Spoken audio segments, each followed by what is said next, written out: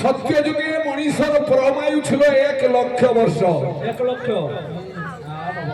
আর উচ্চতা ছিল 28 হাত। 28 হাত। তবে ছিল কিনা সত্যতে ধ্যান বিষ্ণু, ধ্যান ছিল মজাগত প্রাণ। সরস্বতী 12 বর্ষ 12 বর্ষ তপস্যা করেছিলেন। তিনি নারায়ণকে নারায়ণ গিয়ে বলছেন, কি তোমার কি হয়েছে? তো একটা ভালো কথা শ্রবণ করুন মা মাউসী গণ আছে, ভাই মানে।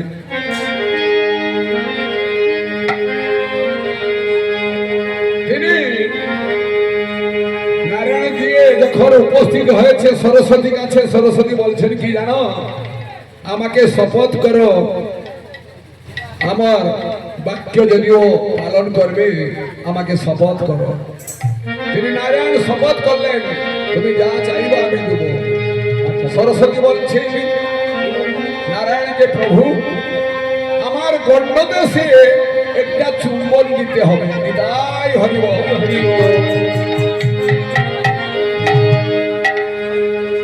তবে নারায়ণ কি বললেন জানো, আমার লক্ষ্মী আছে, একটা চুম্বন নিলে অপরাধ হয়ে যাবে, লক্ষ্মী কি বলবে? তাই জন্য তিনি চলে গেল। আবার 2000 বর্ষ তপস্যা করেছে, আবার গেল। সেই তিনি বলছেন চুম্বন দিতে। বিষণ্ণ বদনে নারায়ণ তিনি ফিরে গেছি, উপস্থিত হচ্ছে নারদ।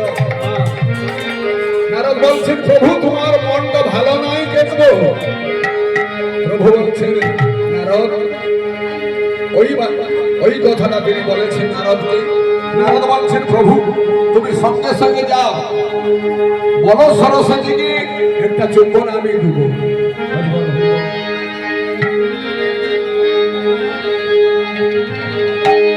তবে নারায়ণ বলছেন, আমি বলবো না। হ্যাঁ, যখন সরস্বতী তিনি ধ্যানমগ্ন হয়ে উঠি পড়িবে, সেই সময়ে আপনার বলবে কি না, এ সত্যতে তোমার মনের অভীষ্ট পূর্ণ হবে না, হবে কোথায় না দ্বাপর। হৃদয় হরি দ্বাপর যুগে তিনি আমি হব কৃষ্ণ এবং সদা সর্বদা তোমাকে চুম্বন দেব। হৃদয় হরি। এই সরস্বতী তিনি হয়েছে বংশী, কৃষ্ণের বংশী। আর কি বলেছিলেন জানা নারায়ণ, যে আমার কাছে যখন রাধারানী থাকবে না, আমাকে চুম্বন দিতে পারবো না। হৃদয় হরিব।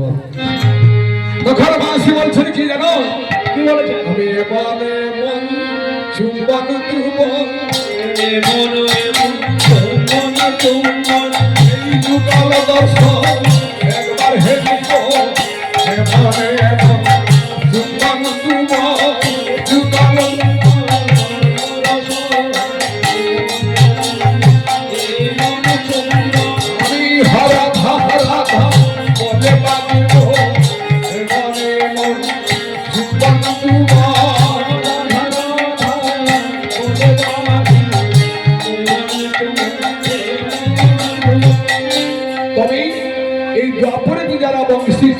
সত্যতে সরস্বতী।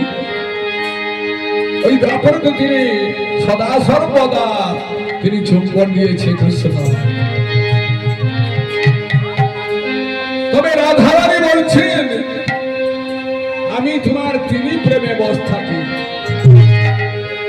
তোমার এই নবামুঞ্জ কান্তি ওকে আমরা ভালোবাসি, তোমার কৃষ্ণের বাসী স্বরকে আমি ভালোবাসি।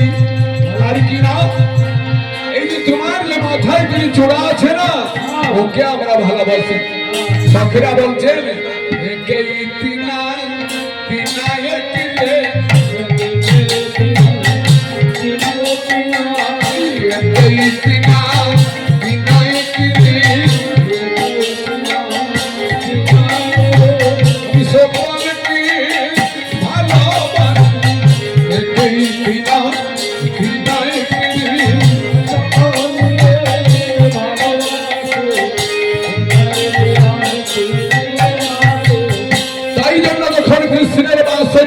রাধারানী আমার কর্ণপাত হয়ে তিনি থাকতে পারে না।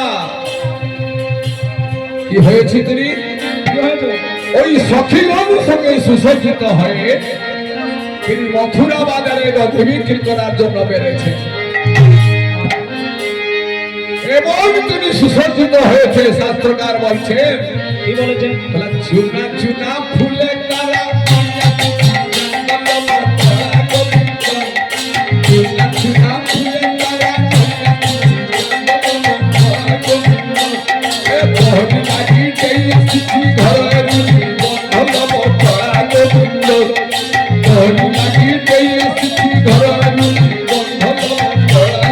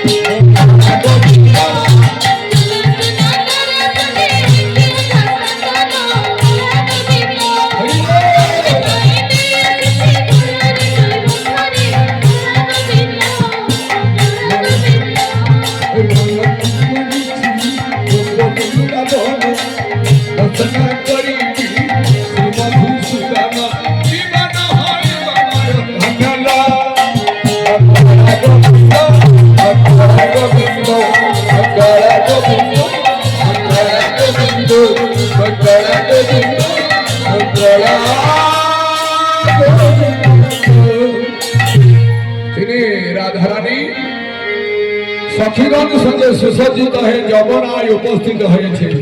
যমুনা পার হলে তো মথুরা বাজারে যাবে। যমুনায় দেখলেন কি গো, বহু দূরে একখানি তোরি দেখা